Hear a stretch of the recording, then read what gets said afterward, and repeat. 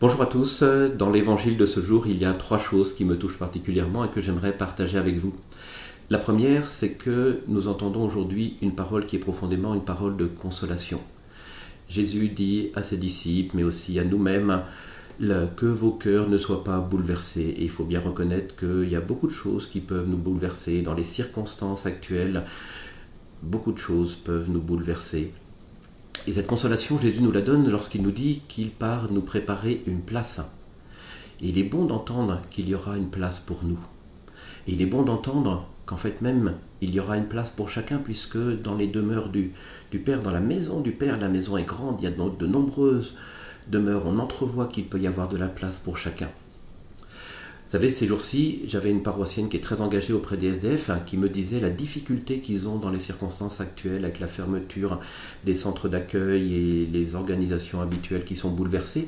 Difficulté pour eux non seulement à se nourrir, mais également difficulté à ne serait-ce que se laver. Pas de lieu pour être accueilli pour se laver.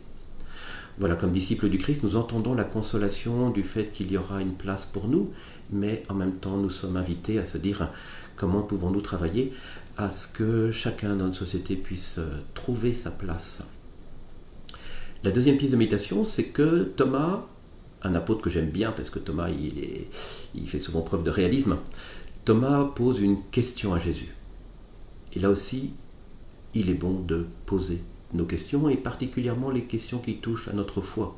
De ne pas les garder pour nous, de ne pas faire que ces questions soient un obstacle, mais qu'elles deviennent un tremplin, qu'elles deviennent une occasion de partage dans nos amitiés avec nos proches, quand nous avons l'occasion de pouvoir échanger sur ce qui nous fait réfléchir, mais aussi échanger sur notre foi. Ça, c'est le rôle des amitiés spirituelles, de pouvoir dans nos lieux d'église poser les questions de foi qui nous travaillent, comme cela est bénéfique.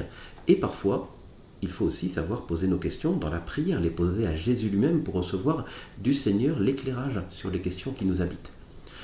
Et enfin, troisième chose, j'aimerais que la réponse de Jésus devienne une piste profonde pour accompagner notre journée. Jésus qui nous dit « Je suis le chemin, la vérité et la vie », que nous puissions nous-mêmes en faire notre propre prière, en disant avec les mots mêmes du Seigneur que nous prenons pour en faire notre réponse de prière, Jésus, sois mon chemin pour aujourd'hui, sois la vérité qui éclaire mon intelligence, mon cœur, et sois ma vie.